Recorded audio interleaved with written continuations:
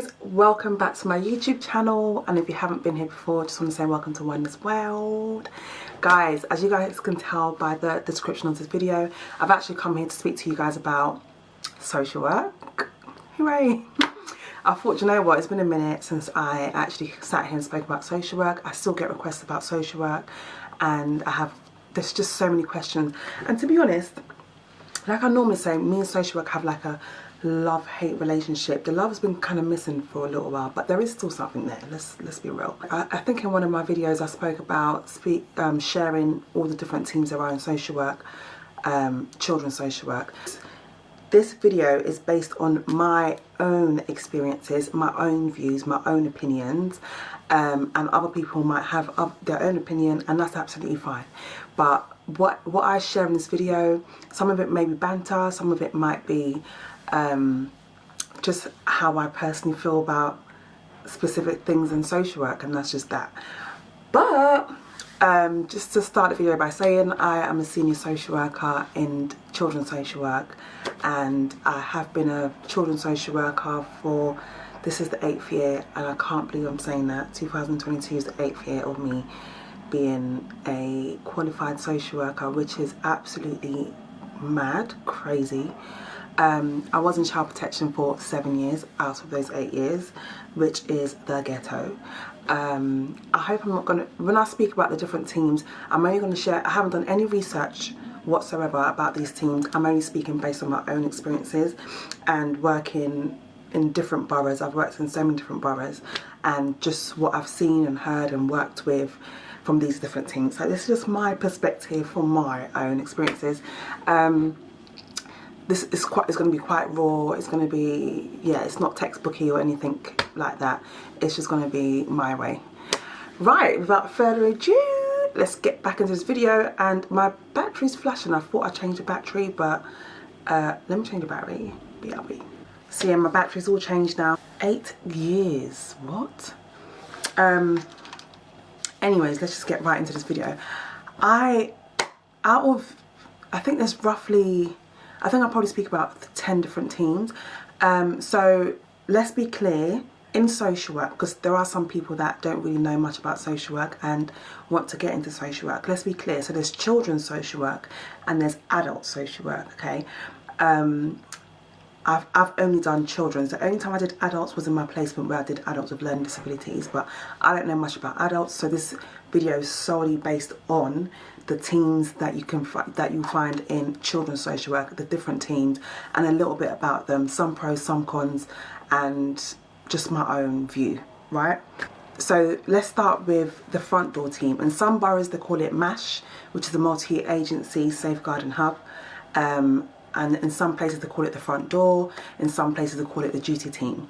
This is all the same team, and this is the team that receives all the referrals that come into whatever borough that it is. It's very, very, very, very, very, very, very, very, very fast paced, and that's because you're getting all the referrals that's coming in, the ones that don't need to be a referral, anonymous callers, questions, blah, blah, blah.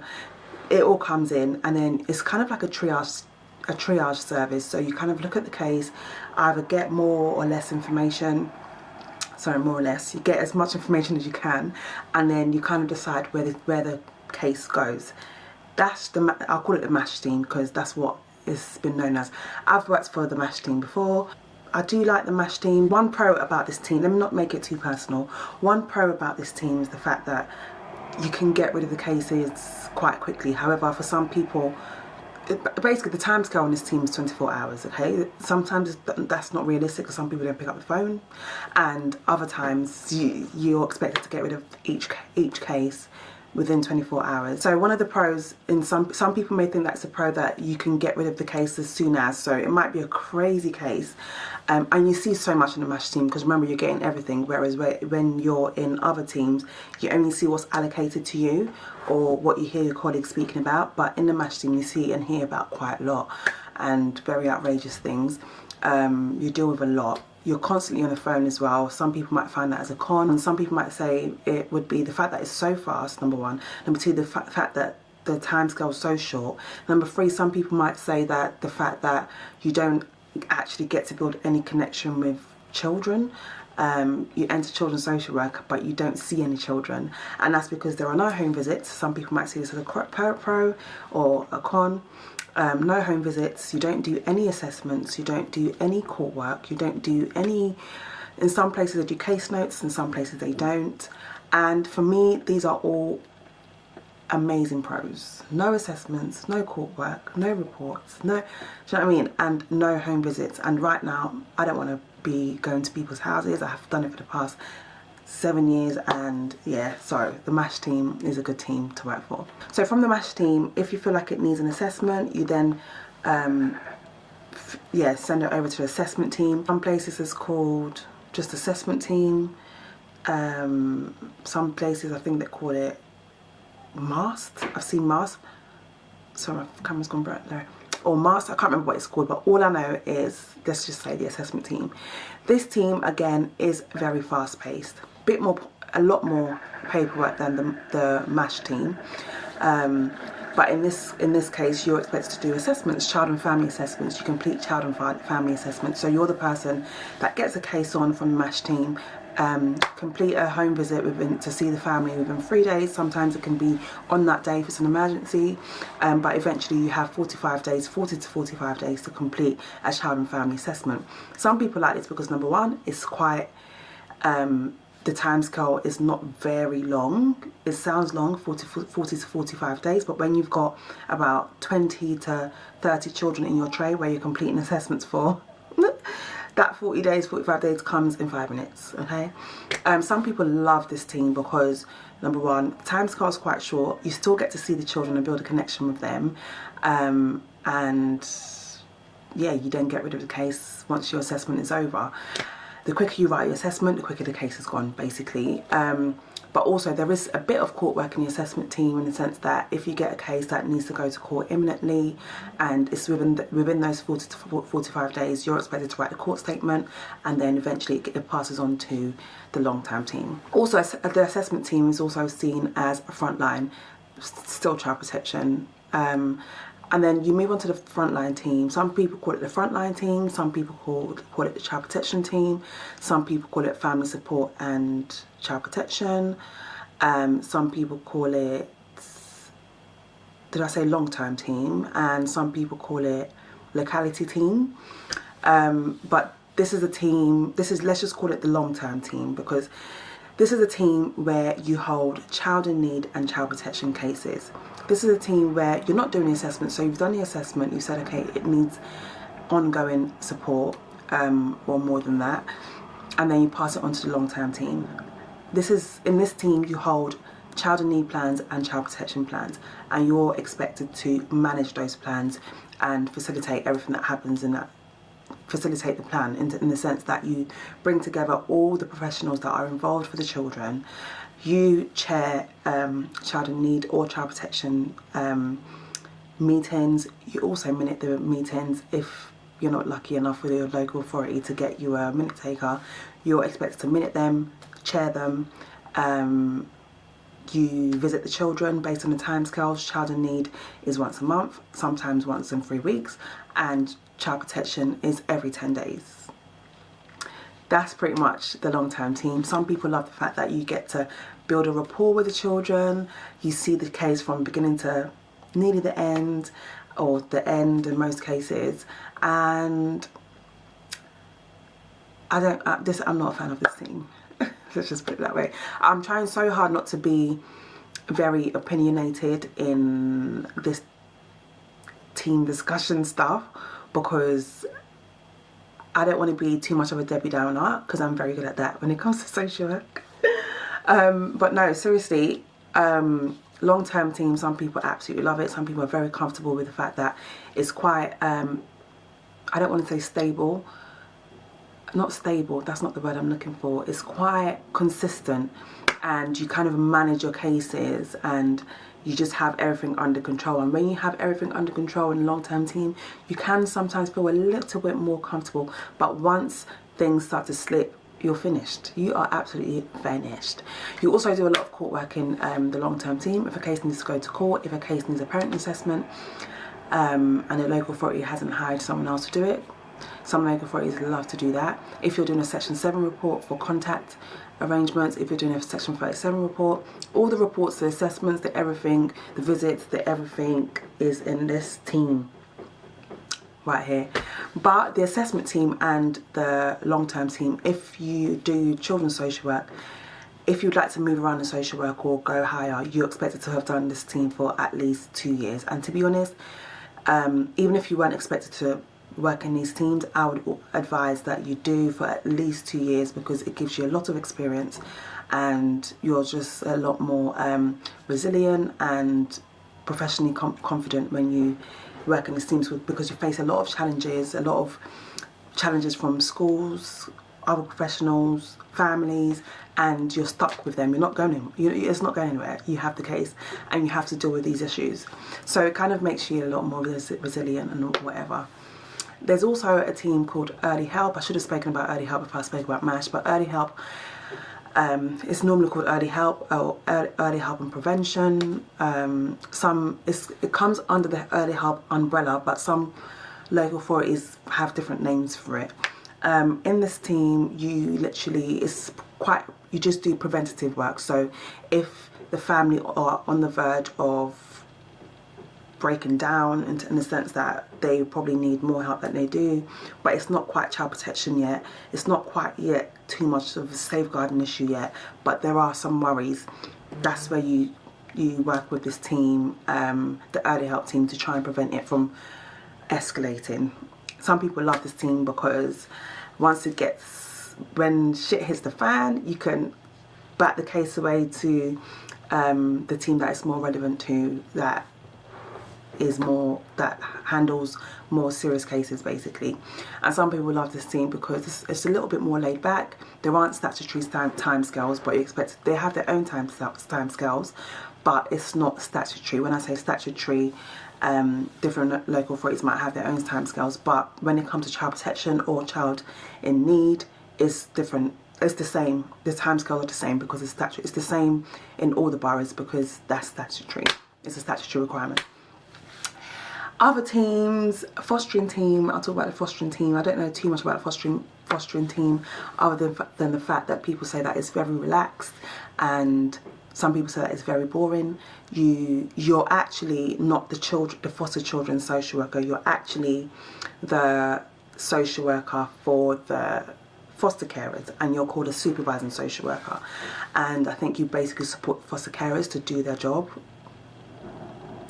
Correct me if I'm wrong, guys, but that's pretty much what it is. And another thing you've got to do is complete Form Fs.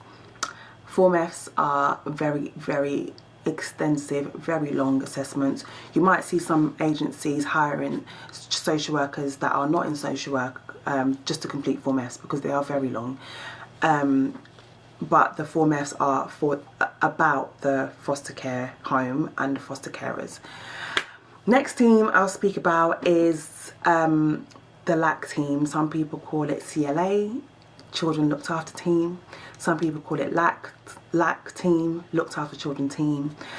This is a team that I don't want to touch, to be honest. Some people love it, and this is a team where you're holding cases where all the children are in the care of the local authority.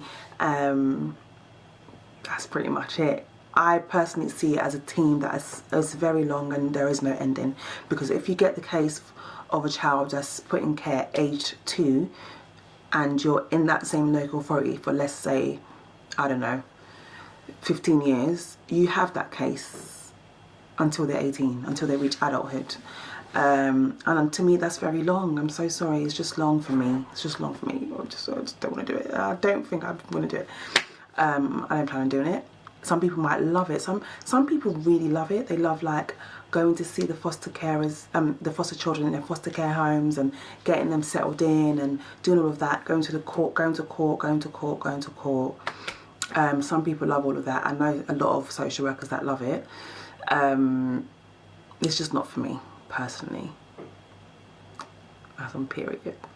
Another thing about the LAC team is the fact that there's a lot of times you have to travel around the country. If you have a child in Peterborough, Manchester, bloody, I don't know, far places, you're expected to go and see them. Happy days. Some people love all of that, get their mileage and da-da-da. not for me. Next team I'll speak about is adoption team. To be honest, fostering and adoption is sometimes classed as one. They kind of come under the same umbrella. I don't know too much about the adoption team other than the fact that they work with children that are adopted and do like life story work for them and support them, really.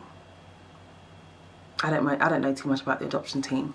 Another team is the out of hours team. Some people do this alongside their social work career because you can work, because out of hours is from 5 to 9 and then normal social work is from 9 to 5. So some people do take some shifts here and there just to make more money.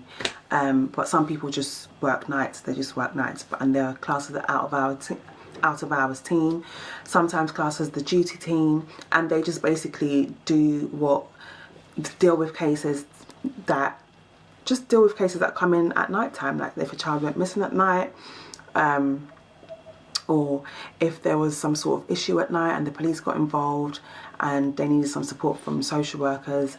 The out of hours team will pick up the phone and they'll try as much as possible to handle the situation on the phone. If not, there are some occasions they have to complete home visits, and I think sometimes on the weekend, if I remember correctly.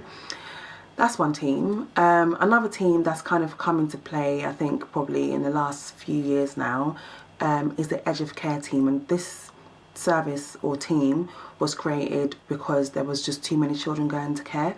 So too much children between the ages of 11 to 17 going into care. I remember working in one of the local authorities I worked in, and around this time when this team was formed,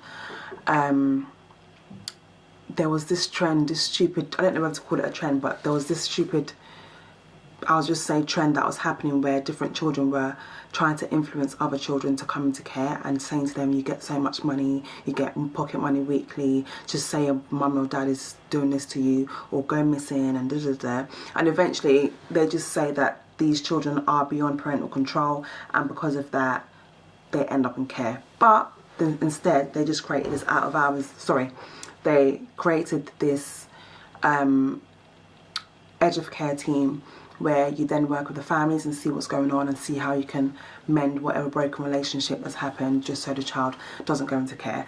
Sometimes it can be quite chaotic. There's been times where I've stood in between this big ass teenager and his mum because he was going to bang her in the face. Like,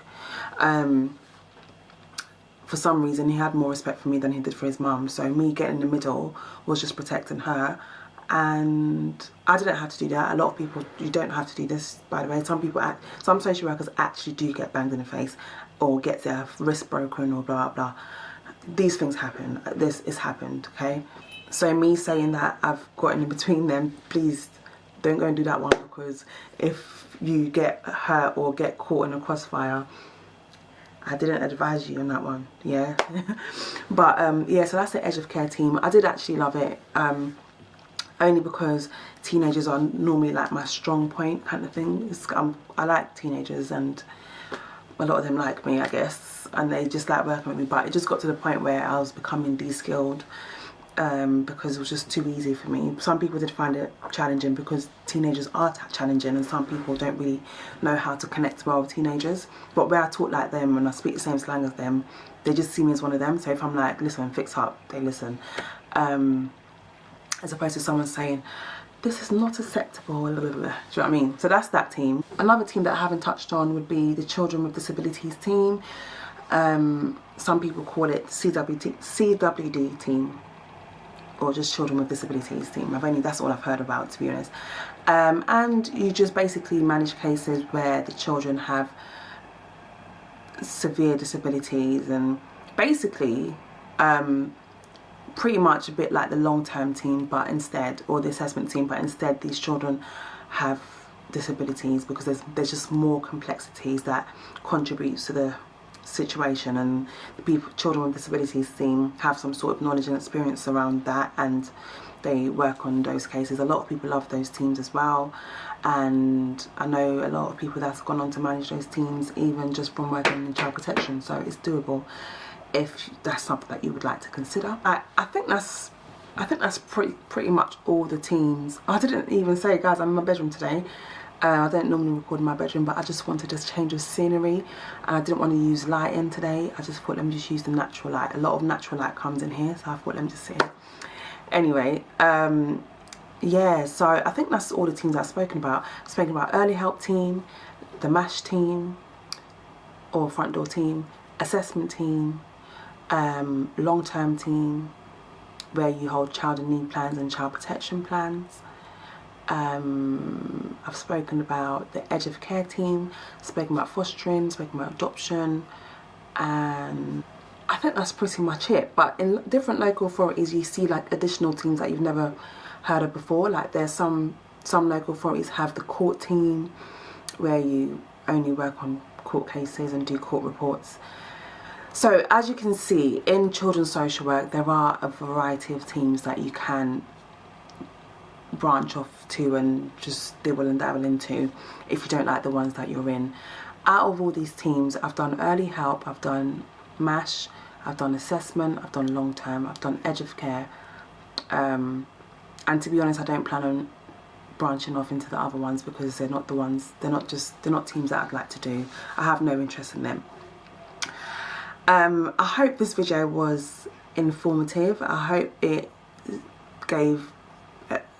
shed some light into the different teams that you can work for in children's social work. If there are any sort of questions that you have, just comment down below. If there are any videos that you want me to do, please comment down below. If there's a team that you want me to elaborate on, please comment down below. But what I thought I should do just here and have a quick conversation about these different teams without making it too textbooky or a very long video. I just thought I should come and give a brief overview of the different teams from my own experiences and my own view. And yeah, and I really hope you guys enjoy this video. I hope it kind of like broadened your knowledge about social work a little bit. I hope I wasn't too negative. I don't think I was. I think I just gave what the teams were. But that's about it, guys. If you like videos like this, please make sure you like, comment and subscribe. I will come here with different social work videos here and there, but you guys know I like to do all the different stuff that I like to do, like the fun stuff, like the vlogs. I mean, you see social work in my vlogs anyway, a little bit, because that's what I do in my day to day. And that's pretty much it, guys. I hope you enjoyed the video. And guys, the next videos that I'll come in is a bit more exciting. Like I'm going to be vlogging on my hen weekend. That's probably going to be the next vlog if I don't do like a day in a life. I'll probably do a day in life or a few days in a life, and just put it all together before that. The video of me and Shells is still on the way. Unfortunately, we are just so inundated, especially with my wedding next month. Everyone's dates are just not coordinating, but I've spoken to her and we're going to make it work for you guys, of course, because you guys have been so patient. Another video that I do need to come here and speak about is my weight loss video, but guys, please be patient with that one because it does take a lot of courage. I am very nervous about putting my uncle belly that I had on the internet on YouTube, but to be fair, it's not the same now, so I don't mind. But I couldn't have done it when I was still there, or just come out of it because just wasn't happening. But that will still come because I know that it will motivate other people. And also yeah, I'm going to vlog on my wedding day, some behind the scenes and stuff like that. So yeah, a few exciting stuff. Anyways guys, I hope you enjoyed this video. Thank you for watching. Please hit that like button, hit that subscribe button, and I'll see you guys in my next video.